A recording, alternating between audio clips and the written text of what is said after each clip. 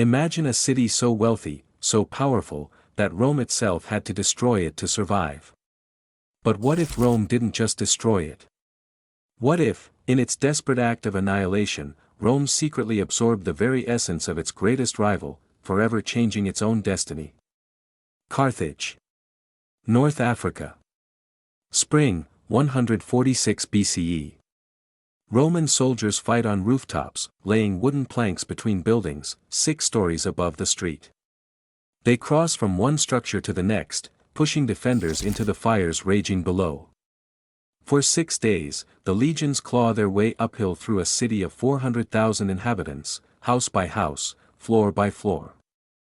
When the fighting ceases, 50,000 survivors are shackled and sold into slavery, the rest have perished. The fires burn for 17 days.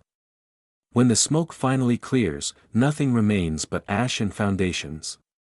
Yet, before this apocalypse, Carthage was something Rome could never be, the wealthiest city in the western Mediterranean. It boasted a harbor so clandestine that foreign merchants were forbidden to even glimpse its warships, and a triple wall so massive that 300 war elephants lived within its very foundations. Join me as we reconstruct Carthage at its absolute zenith, walking its markets, entering its forbidden harbor, and standing within the walls of a city so powerful that Rome decided its only option was total annihilation. This is the story of the sole rival that forced Rome to evolve, the city Rome had to copy to surpass, had to bleed to defeat, and simply could not ignore. Around 814 BCE, a Phoenician princess named Elissa sailed west with a stolen treasury and a death sentence hanging over her head. Her brother, Pygmalion, the king of Tyre, had murdered her husband to seize his wealth. Elissa escaped with the gold, gathered colonists in Cyprus, and sailed on until she found the perfect location, a triangular peninsula on the North African coast, controlling the narrow strait between Africa and Sicily, the choke point of the entire Mediterranean. Legend has it the local Berber king offered her only as much land as an ox hide could cover, and Elissa cleverly cut the hide into razor-thin strips to encircle an entire hilltop. However, this famous tale is, in truth, a Greek myth born from a linguistic coincidence. The Phoenicians simply called their citadel Bertu, the fortress. To Greek ears, it sounded like their own word for oxhide, bursa. This misunderstanding birthed a legend, but the reality of the hill was pure military might. This fortress became the heart of a new city the Phoenicians called Carthage, the new city. To protect her colony's independence, Elissa chose death over forced marriage, walking into a ritual pyre before her people. She never saw what her city would become. Within 2 centuries, Carthage controlled half the Mediterranean. Its explorers sailed past Gibraltar with 60 ships, down the Atlantic coast of Africa. Other expeditions reached the tin mines of Britain. Carthage had outgrown every Phoenician colony in the world. But the true masterpiece wasn't what its ships found on the edges of the earth, it was what awaited them when they returned home. You are a merchant from Sicily, approaching the North African coast. The first thing you see is a white limestone wall stretching in both directions, taller than anything outside a Greek temple. Your ship enters a narrow channel, 20 meters wide. The entire lifeline of the wealthiest city in the Western world funnels through an opening barely wide enough for 2 ships. Iron chains hang ready above the waterline, designed to seal the city like a vault in times of war. Inside, a massive rectangular basin, roughly 450 by 350 meters, stretches before you, carved from the earth itself. Engineers removed over 235,000 cubic meters of soil to construct it. Along the docks, cranes swing cargo, and merchants shout in Phoenician, Greek, and a dozen other languages. The air stinks of salted fish, cedar, and garum. But a tall wall blocks your view to the south. Beyond it lies the military harbor, and you will never see it. No foreign merchant ever does. This military harbor is a perfect circle, 325 meters in diameter. Covered ship sheds with Ionic columns frame each berth, creating the illusion of a luminous colonnade floating on turquoise water. On a central artificial island, the Admiral's Tower offers a complete view of the harbor and the open sea beyond, while preventing anyone from outside from looking in. Its total capacity, 220 warships, housed, maintained, and ready to deploy in secret. Orders travel from the admiral's tower via trumpet blasts and the amplified voices of heralds, coordinating the deployment of an entire fleet without a single signal being visible from outside the walls. These are the very docks that Rome would later seal with a stone breakwater during the final siege. But right now, this is the most advanced naval facility on Earth, and it is merely one layer of the city's defense. The true fortress, however, was the wall itself, and what lived within it.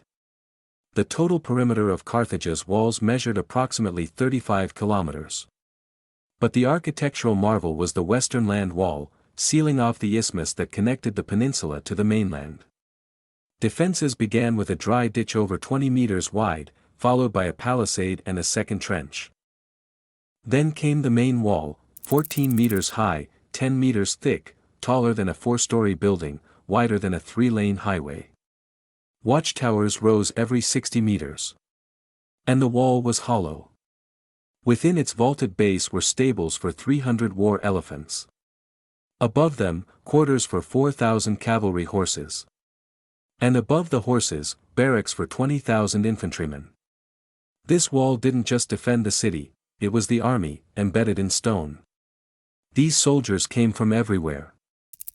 Carthage hired the most dangerous fighters in the Mediterranean, Numidian riders who rode bareback, Iberian swordsmen wielding the devastating falcata, Celtic warriors, Balearic slingers who could split helmets from 200 meters away, and Libyan phalanx infantry. Yet, at the heart stood a unit that money could not buy, the Sacred Band. 2,500 men from Carthage's wealthiest families, trained from childhood. They financed their own equipment, bronze breastplates, Thracian helmets, gleaming white shields, and cloaks of genuine Tyrian purple. At the Chromisos River in Sicily, in 341 BCE, the Sacred Band was ambushed while crossing a flooded river in a storm.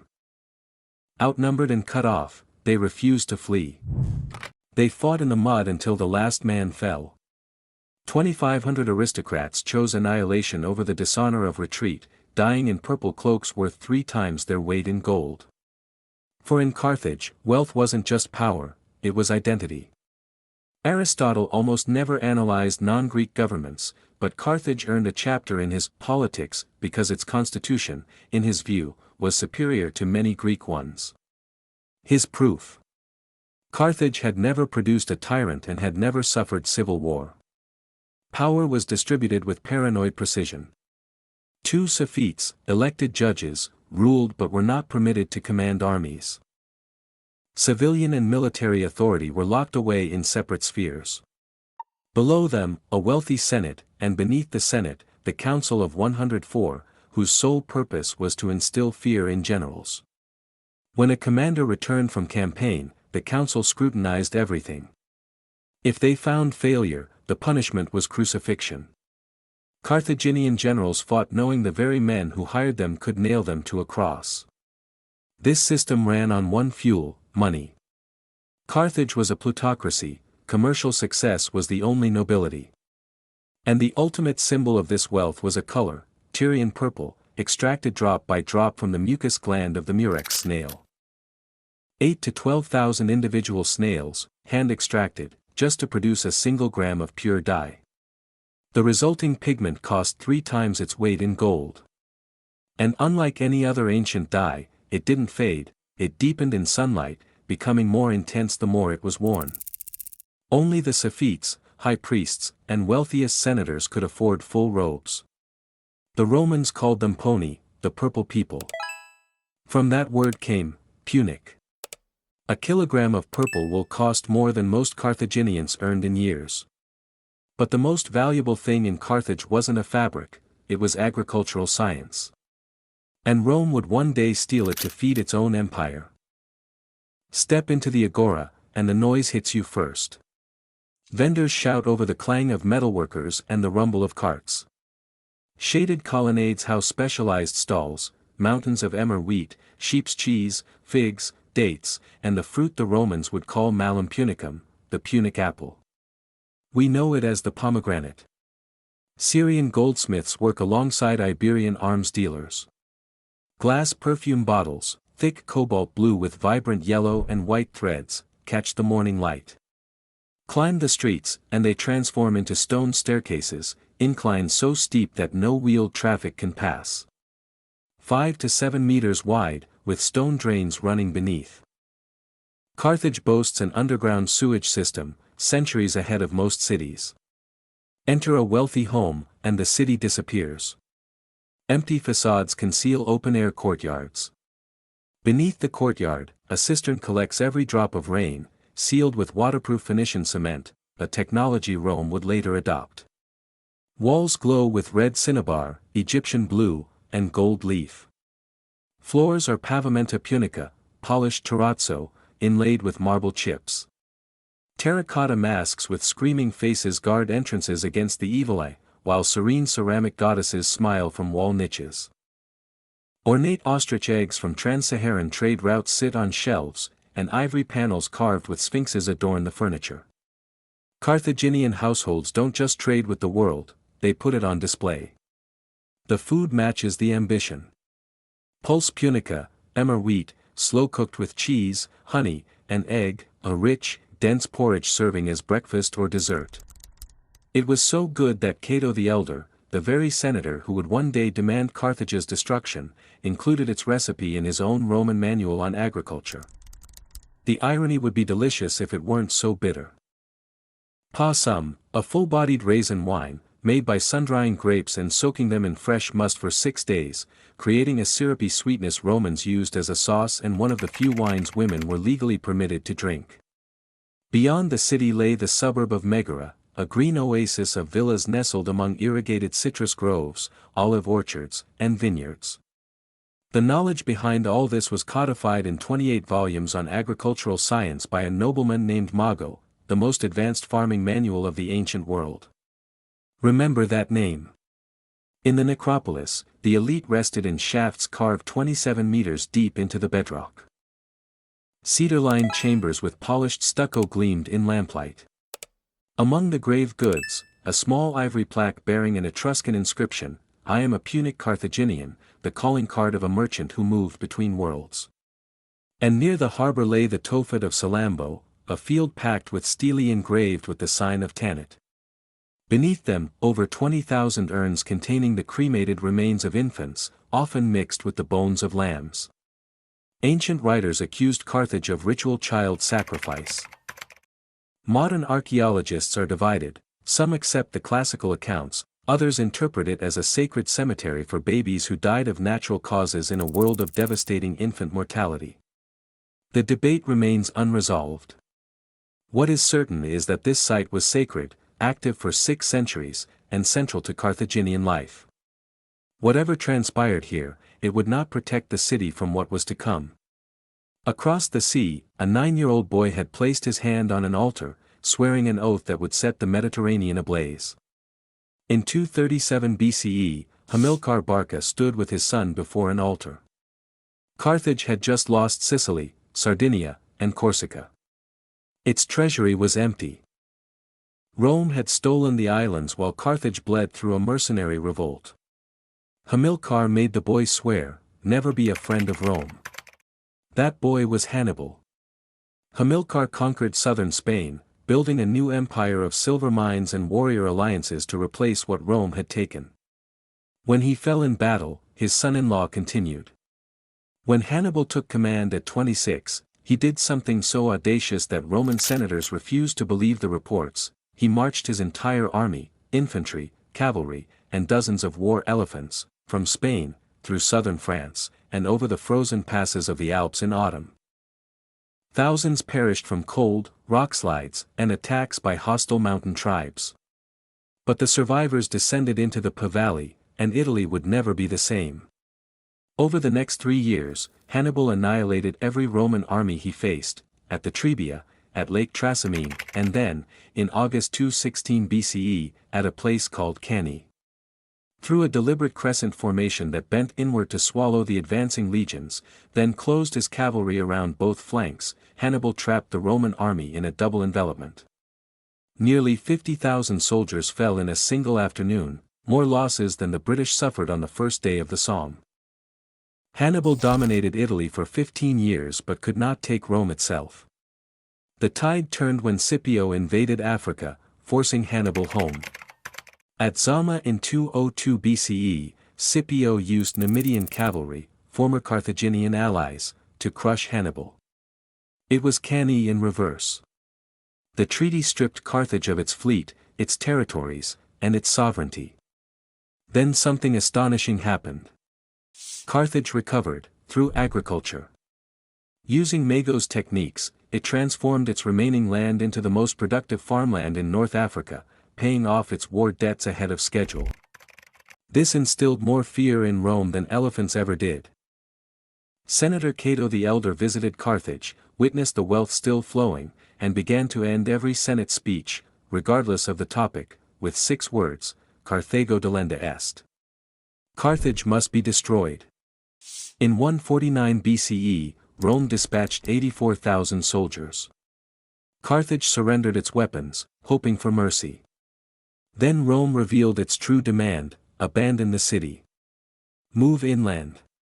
Leave the sea forever. The gates slammed shut. Temples became forges, public squares, armories. 300 swords, 500 spears, and 1,000 projectiles were produced daily. When horsehair for catapult sinews ran scarce, women cut off their own hair. The siege lasted 3 years. Scipio Aemilianus built a stone breakwater across the harbor entrance, sealing the Carthaginian. The Carthaginians secretly dug a new canal and launched a fresh fleet, but hunger had emaciated the crews, and the breakout failed. Spring, 146 BCE. Roman soldiers breached the harbor walls. 6 days of uninterrupted urban warfare began, the Stalingrad of the ancient world. 3 steep streets led to the Bursa citadel. 6-story buildings lined both sides, each barricaded into a fortress. Defenders hurled stones, burning debris, and furniture from the rooftops. Romans stormed each building floor by floor, battling through stairwells and across balconies, then laid planks between roofs to advance without descending to the deadly streets below. Scipio ordered buildings set ablaze to clear the path. Entire districts collapsed in flames. The bodies of civilians who had sought refuge in cellars were discovered beneath the rubble. On the 6th day, the last defenders barricaded themselves in the temple of Eshmun and set it on fire. The Carthaginian commander, Hasdrubal, crawled to Scipio, begging for his life. His wife appeared on the burning roof in her finest robes. She cursed his cowardice before the Roman generals, took her children by the hand, and stepped into the flames. 50,000 survivors were sold into slavery. Every building was leveled to the ground. The fires burned for 17 days. Carthage, which had stood for nearly 700 years, ceased to exist. Rome razed the city to its foundations, sold its inhabitants, burned its libraries, and cursed the very ground where Carthage had stood for nearly 700 years. And then, it made an exception. When the Senate ordered Carthage destroyed, it rescued a single document from the ashes, Mago's 28 volumes on agricultural science. Public funds were allocated to translate it from Phoenician into Latin. Rome destroyed the civilization but saved the textbook. Within a generation, Roman farmers across North Africa were cultivating their fields with Carthaginian techniques. The pomegranate entered Latin as malum punicum, the Punic apple. Every time you eat one, you taste Carthaginian heritage. And the sword. Roman officers who survived Hannibal's campaigns witnessed the devastating power of the straight, double-edged Celtiberian swords wielded by Punic mercenaries. When Scipio conquered Carthaginian Spain, he seized its smithies to forge a new blade based on these straight swords. They called it the gladius hispaniensis. It became the tool that built an empire. Rome burned Carthage to its foundations and sold its people into chains. Then, it translated their manual of agriculture, adopted their fruit, and rebuilt its army around their sword. Rome didn't just destroy Carthage, it became Carthage. And it never admitted it. Dido's city is gone. But every pomegranate you eat, every Roman ruin built with North African agricultural wealth, every gladius in every museum, that is Carthage, still here, hidden in plain sight, within the very empire that sought to erase it. If you enjoyed this journey, many more vanished cities await reconstruction. Tell me in the comments, which ancient civilization should we reconstruct next? And if this is your first time here, subscribe, because we are just getting started. We'll see you on the next journey.